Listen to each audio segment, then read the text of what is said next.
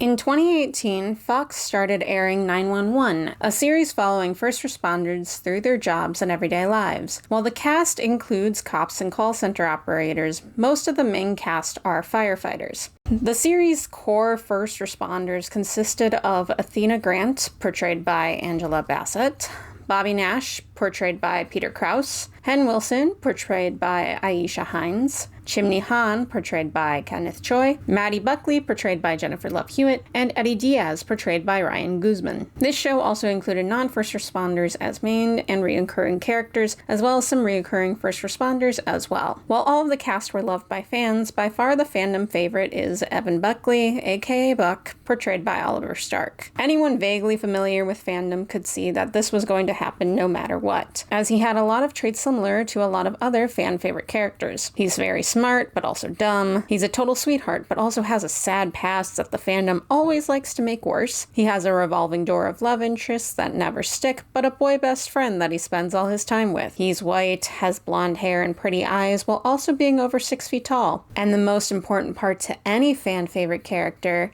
he's ambiguously bisexual. I have expressed in various videos that I hate ambiguously queer as a trope, and if you're anything like me, you're 25 and have been hating it for over a decade now. Time has not made me hate it less, and there are very few pieces of media I let get away with it. And I've talked about Buck's ambiguous queerness before, but the thing that always sucked about all these hints is how easy it was to get hooked on these little moments, to start having hope that it would finally happen, that this would be the start of the show acknowledging Buck's bisexuality, only for this to never happen. And this feeling wasn't just reserved for Buck, but for any character who was hinted to be queer. 911's always felt very obvious, so much so that over the years that not just fans, but also journalists have asked the question, is Buck bisexual? But I've been around this block several times before.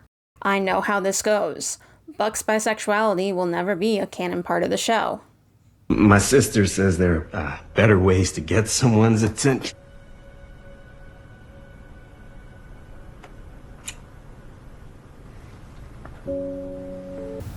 Oh.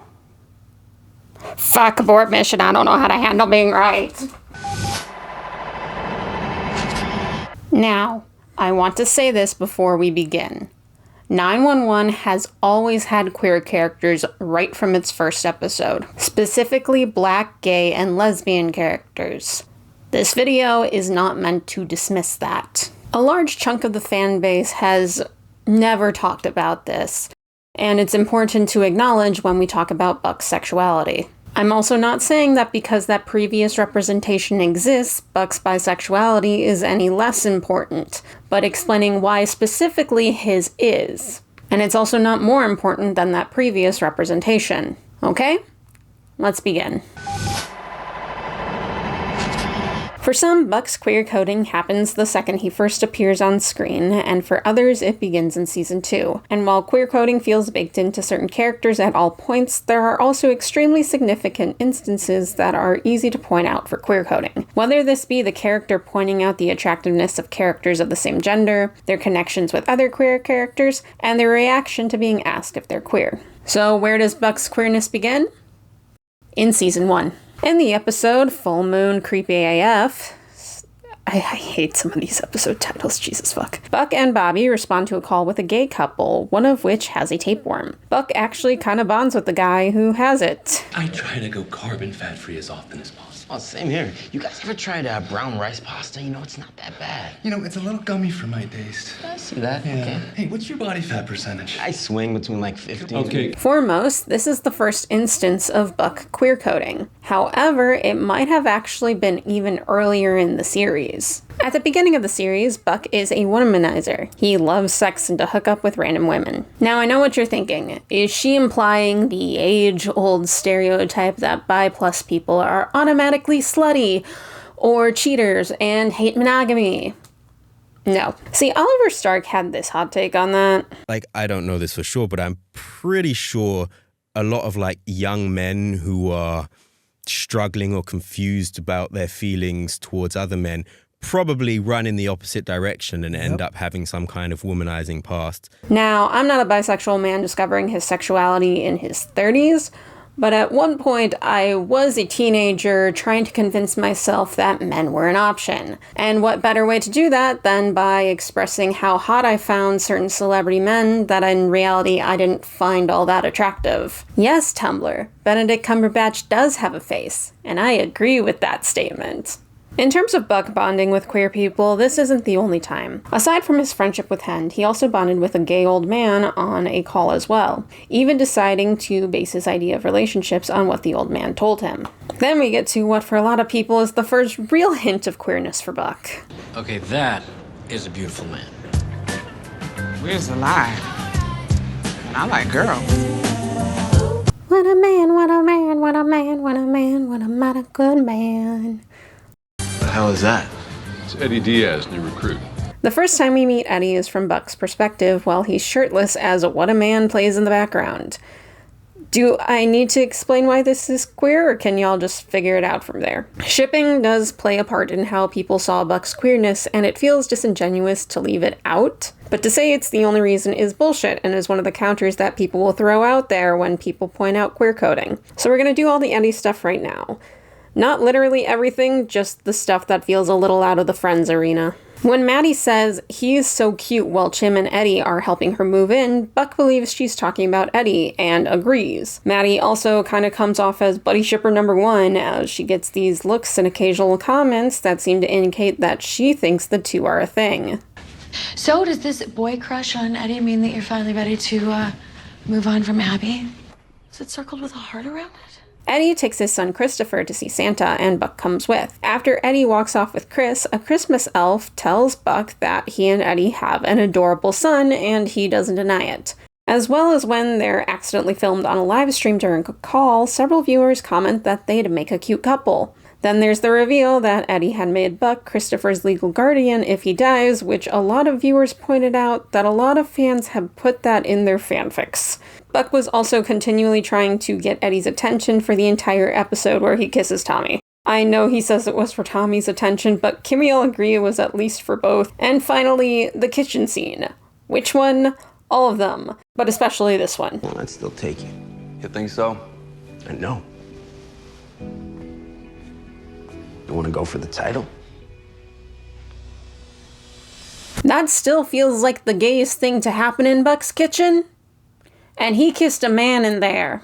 Alright, let's move on from Eddie. Buck has been mistaken for not straight a couple of times. Like I said, the aforementioned Christmas elf, but there's also the time that Buck is joked about being on a date with Josh, and no one mentions Buck being straight as a reason not to. Then we have the basis for my last video on Buck, the 911 Lone Star crossover episode. TK believes that Buck has been flirting with him the whole episode, and when Buck invites him to hang out if he's ever in California, TK takes it for him asking him out, but turns it down because he has a boyfriend. Buck does not get the chance to correct him before TK leaves. Also, you can see the exact moment TK clocks him, and his gaydar is never wrong. Seasons 5 and 6 were a little low in the queer coding department, which kind of makes sense. In season 5, Buck had a girlfriend and all of his storylines were about her.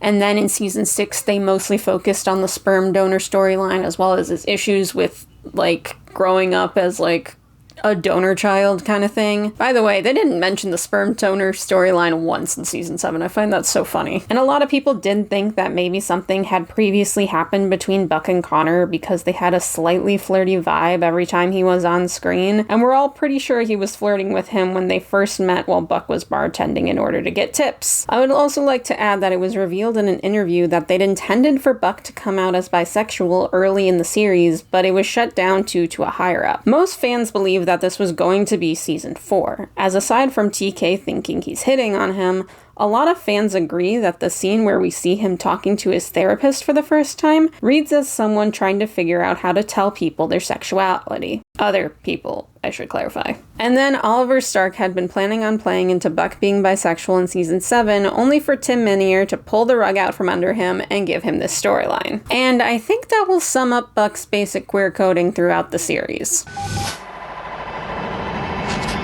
Yeah, I know it's weird to talk about what homophobic assholes think, but I found a lot of the backlash a little weird, and it reminded me of other situations, so I want to talk about it. First of all, people who say Buck being bi is what made them quit the show because they hate gay people. Were we watching the same show because there's been gay people the whole time? Why now? Why is it now they're quitting the show? Why is it that specifically when Buck comes out, they quit? Do any of you remember Overwatch? For those that don't, go to someone else's channel for a full history. I ain't doing that. But it was a first-person shooter video game with a bunch of characters that pretty much had a few basic backstory details about them. Just like cats. Blizzard would occasionally release comics and shorts about the characters to flesh them out more. One of these characters, arguably one of the main mascots of the game, was Soldier 76. His basic backstory is that he's Captain America, but he never got frozen in ice and instead was blown up and presumed dead.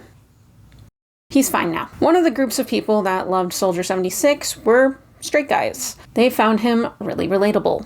At least until Blizzard revealed that he was gay. Now, a certain number of LGBT Overwatch fans did pick up on this, and I could give examples as to why, but I think the whole gist of it is really just that he and Reaper gave off divorced energy. You can't convince me otherwise, they're divorced. I'm speaking about this game in the past tense, like it's dead and gone and like no longer on the air or like able to be played. But no, it still exists. It's just dead to most of the player base because Blizzard sucks. I almost said Wizards of the Coast. That's a different problematic game studio. Anyways, after the reveal, a lot of Overwatch fans showed their whole ass and decided that they no longer liked Soldier 76 anymore. And while these comments are buried, I do distinctly remember under some of his, like, specific videos on YouTube, like, to promote the character, there would be comments like, I can't take this seriously anymore because he's gay. To them, he was no longer relatable. And you know what we call that? A them problem. Okay, so a bunch of guys got upset that another queer character turned out to be queer. What does that have to do with Buck, other than homophobes being homophobes and letting you all know that I remember when Overwatch was good? Because there's a pattern with white male characters that cis-het fans relate to who later turn out to be queer. Which is, they're queer, so I, a cis-het white male, can no longer relate to them. No cis-het white male get in the comments and tell me how, like, this doesn't apply to you. Obviously, it doesn't apply to you if you're not being an asshat, but we're talking about the people it does apply to. It makes you realize just how bad certain groups of people are at relating to characters if they don't match every single surface-level aspect of themselves. And I'm not saying other groups of people don't have this problem, but it is most pronounced with cis-het white men. Like, if a character doesn't meet all 4 of those requirements, congratulations, they're no longer relatable in any way. Even if everything else about them is relatable. But God forbid someone cis relate to someone trans, or someone straight relate to someone bisexual, or someone white relate to someone black, or a man relate to a woman. They may like these characters. They may even be some of their favorites. But that doesn't mean they find them relatable. Which is really funny because women, people of color, queer people have been relating to cis-het white male characters since the dawn of mass media. Just look at MCU girlies relating to Bucky, and me not really getting it. The ability to dismiss a character's relatability because they're no longer straight is ridiculous, and proves that some of y'all are just weak. These guys, they're not mad at the existence of gayness as long as that gayness is already within a character that they can't relate to. And now they're mad because it turns out they've been relating to a queer character this whole time. Oliver Stark's reactions to the negativity have actually been really great. He's called out a lot of their homophobia and their hypocrisy and is overall doing a really great job. He also is like, God, we won't miss you if you're quitting the show. Bye. Which I find funny. And this is the bare minimum of what you should be doing, but the fact that it is the bare minimum and we're not always seeing it proves just how exceptional it is. There were a ton of positive reactions from fans who had been seeing Buck as queer for years, but that doesn't take into account the other reactions of those who hadn't been watching the show.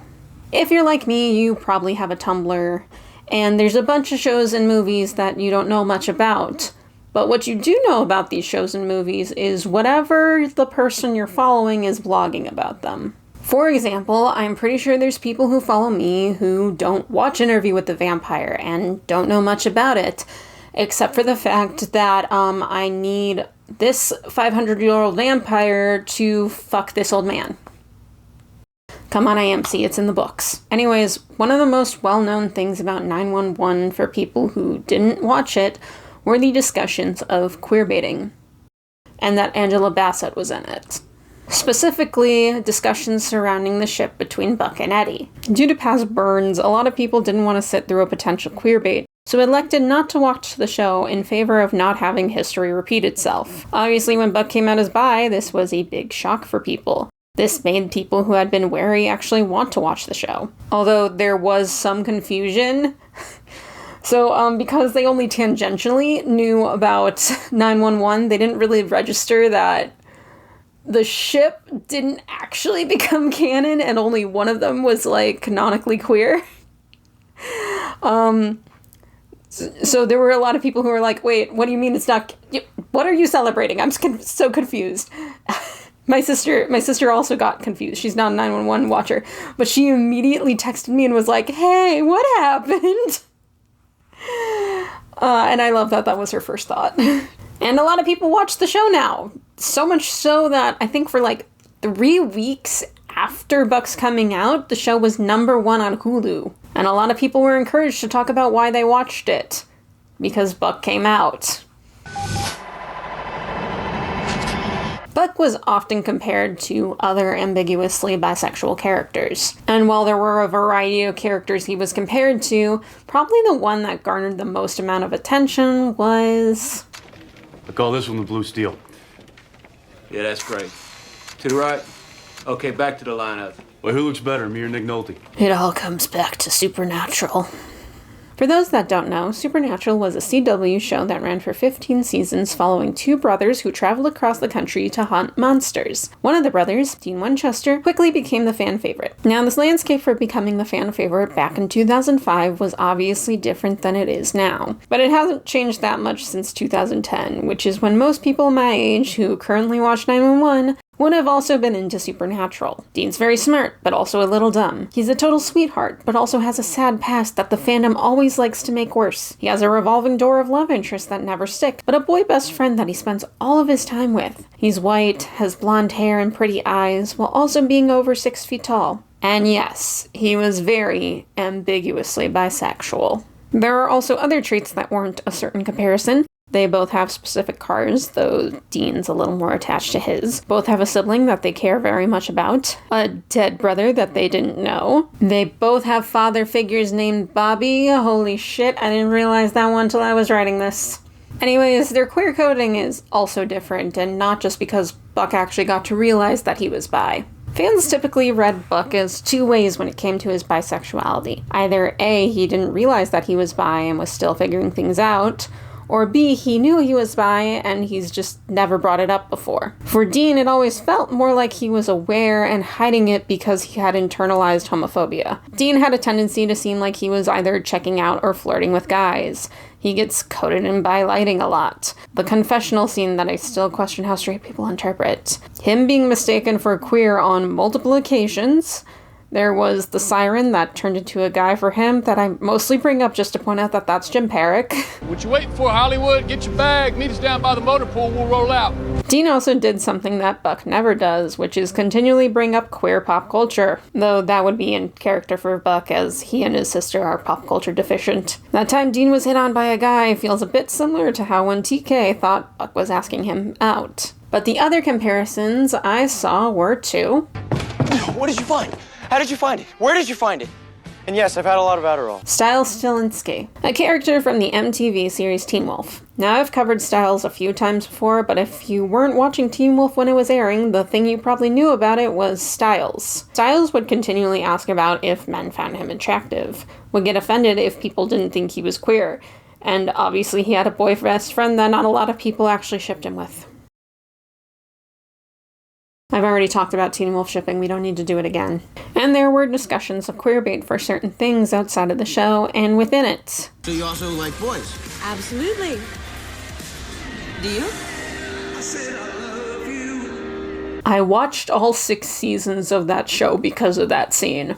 Though their queer coding is different, Buck and Stiles have more characteristics that are similar. They're both smart but dumb. They're most often the most paranoid members of the group. They both most likely have ADHD. Wait, was that canon for Stiles? I don't remember and the internet is not helping. But I think these two comparisons are boring. I think it's more interesting to look at characters with more meta levels of similar situations. And there's 5 characters that I think Buck should be compared to. Number 1, Poe Dameron from Star Wars. You have an actor who wanted their character to be queer, as well as them, and several other actors shipping said character with another character. Both properties are also owned by Disney. The biggest difference is that Oscar Isaac fighting for my rights didn't work. Disney's here. I gotta go. The Disney overlords were not ready to do that. The irony is not lost on me, I'm aware. Number 2, Rosa Diaz from Brooklyn Nine-Nine. A character that fans have speculated was bisexual for years before getting confirmed later and was in their 30s. Question, are detectives first responders? The series also had a network change that seemed to allow for more queer content. And now I'm remembering that that one also went from Fox to a different network. That ends with a BC. Huh. Biggest difference is that Rosa has known since middle school that she was bi. How long have you known? Since 7th grade. I was watching Saved by the Bell and I thought, Zach Morris is hot. And then I thought, Lisa Turtle, also hot. While Buck is just now realizing in his 30s that he's bi. Number 3, Connor Hawke from DC Comics. Largely speculated to be queer for years due to several thousand moments, which were a mix of accidental and purposeful. He had a friend that a lot of people shipped him with, parental issues, a father figure that he glommed onto, as well as creators pointing out all the queer coding that the writers have put in over the years when fans say that this comes out of nowhere. Biggest difference, fans were more split on what Connor's sexuality is, as a lot of people thought he was gay while others thought he was aro or ace. For those unfamiliar, he's ace with no confirmed romantic identity. And there was some writer backlash to the implication that Connor wasn't straight. Eat shit, Chuck Dixon. Number 4, 7 of 9 from Star Trek. This is another character that fans have long speculated to be queer, and out of all of them is the longest one from television. Like Connor, fans were split on what she was. It ranged from ace to lesbian to bi to non-binary before Jerry Ryan ultimately confirmed that she was pan. And it wasn't just because Jerry Ryan said that she's here. She did get a girlfriend in Star Trek Picard. The funniest thing is that this is the only long-term Star Trek character to be confirmed as queer. There are plenty of others, and it kind of gave fans hope that more characters would be confirmed queer. It's been over 30 years. I should stop waiting for Garrick and Bashir to be confirmed. Sometimes he can be Frustrating. Shit, it's been almost 60 and I'm still not giving up on these bitches. Never mind! Oh, she also had a popular ship that she didn't get with the other half of. I didn't ship it. I'm not mad. I can't even be mad that she didn't get with my ship because Canon destroyed that one first. And number 5, Tim Drake from DC Comics. A much beloved character from a long-running franchise that many people thought was queer-coded, with most citing comics in the early 2000s as the reason for that. Specifically for his relationship with Connor Kent, aka Con-El, aka Superboy. With writers specifically stating that they were writing the character as queer-coded. Really, it was the people in charge stopping either from having a confirmation. Till 2021, when Tim was finally able to be bisexual. The biggest differences with Buck, aside from everything about them as characters, is that Tim Drake is 20 and figuring out his sexuality. Tim is 6 years older than Damian. Damian is 14. Do not try and tell me that he's 17. The other big difference is that while I'm fairly neutral on Buck's boyfriend Tommy, I fucking can't stand Tim Drake's boyfriend. I'm done being silent about it. Bernard has had no personality since his reintroduction, and prior to his reintroduction on New Earth, not Prime Earth, that's a whole thing, he was so fucking annoying. When he wasn't being a fucking sexist to women, he was being a Holden Caulfield-ass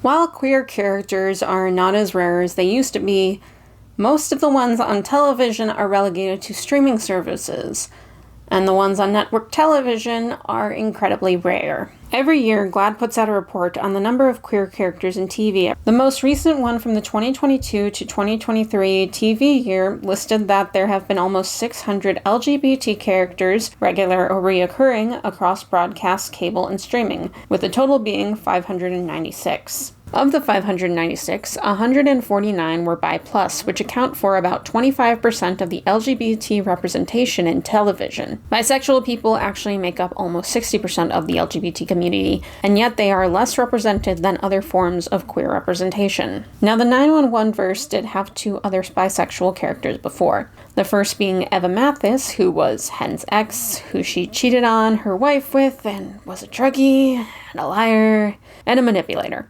Until they give her a fairly nice ending in season 5. And then there's Nancy Gillian in Lone Star. First of all, was screaming queer energy her whole screen time, but she's only ever confirmed to be bi in a one-off comment when she's starting a relationship with her boyfriend. It's not great. So Buck was really the first time the bisexual representation was overwhelmingly positive in the 911 verse, and the fact that Buck is a bisexual man is even more important. According to the report, only 39 of the almost 150 bi characters on television were men, and that's across streaming, network, and cable.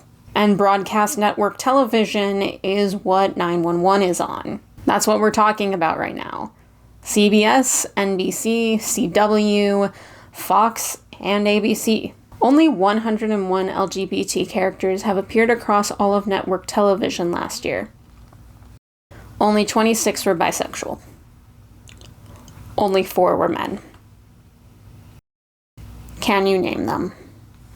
Because I sure as hell can't. Typically, when I'm on social media and I see a show that is being praised for its LGBT representation, it's on a streaming service. And despite us being in the streaming age, streaming is not actually the most watched thing.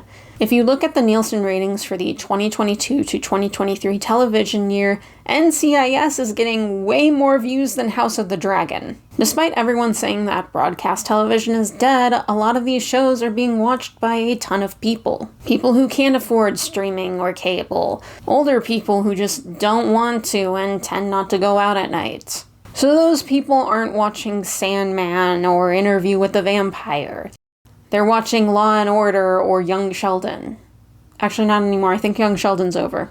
They're watching 911. According to the 2022 to 2023 Nielsen ratings, 911 was the 21st most watched show of that TV year. And if you just count scripted television, it was the 15th. To put it into perspective, House of Dragon was the 81st. Streaming services, you also have to go out of your way to watch. You can't have it on accidentally in the background. You have to take steps to watch it, versus broadcast television where you don't need to be as active in your choices. It's also free, so it reaches a wider audience that wouldn't normally be exposed to LGBT representation. Now they actually have it on their screens. Alec Lightwood, Sarah Lance, Knockout, Elam Garrick, Yasmin Khan, John Constantine, Spooner Cruz, Midnighter, Imogen Temelt, Laudna, Rini, Hannibal Lecter, Charlie Bradbury, Charlie from Legends, Grell Sutcliffe, Margot Verger, Magnus Bane, Alana Bloom, Wonder Woman, Caduceus Clay, Ashton Greymore, Alucard, Jack Harkness, Crowley, Morph, all those toxic vampires that Anne Rice made, Will Graham, Neonal, and the Doctor. These are just some of my favorite LGBT characters. But I have another list. Sakura Hirano, Julian Bashir, Poe Dameron, Connor Kent, Alec Hardison, Elliot Spencer, Parker, Emma Swan, Black Canary, Malcolm Reed, Dean Winchester, Cassie Sandsmark, Nyota Hora, 80% of the X-Men, Spock, Trevor Belmont, and Zari Tomaz. These are some of the characters I've desperately wished were LGBT. I think most LGBT people have both lists, and each one is different for each person.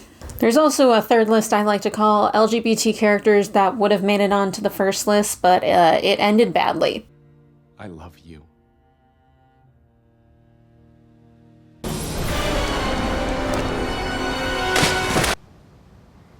Or did I finally find a way to kill myself? Anyways, Buck was on that second list, not just for me, but for a lot of people, and I never hoped that he would ever get to move. Why would I? None of the other characters ever had. I remember sitting on the couch after the episode had aired. I remember screaming when it happened and how shaken I was. And it was about half an hour after that it hit me. Buck was no longer one of my favorite characters that I wished was LGBT. He was now one of my favorite LGBT characters. And that was when I started crying. In media, queerness is established fast and early, and anything straight cannot change. Interpretations of queerness are automatically dismissed if it's not actually established. And the idea that anything could ever be queer is not just seen as ridiculous by the powers that be, but also by the fans. Even the ones who see the queerness don't always think it will happen. Though that might just be my cynical ass. I've been burned so much I've stopped keeping track. But 911 felt like the first time that they actually went, you know what? You were right. And to have that hope validated. And that's why Buck's bisexuality matters to me. You can love it for the representation, the higher quality queer storylines, the kick in the face to homophobes, and hell, even for shipping. But for me, it's the hope. And the hope that queer fans won't be disregarded anymore. So thank you 911 for being the first show to not let that hope go to waste. My favorite thing about the Buck Bi realization episode is that it was also the Bachelor crossover episode. And the second there was the slightest hint that something queer was going on, everyone completely forgot about the Bachelor crossover. Thank you all for watching. I don't know if it's me, but I felt like this was a little bit less connected than my normal videos, but I really just wanted to get my thoughts out there 2 months after it happened. I work an 8 to 4, guys. I'm tired all the time. I'm gonna be making more videos in the summer, I promise. Who's your favorite queer character with a later coming out? Who do you hope comes out next? Let me know in the comments down below. Don't forget to like, share, and subscribe as well. Happy Pride, and I will see you all next time.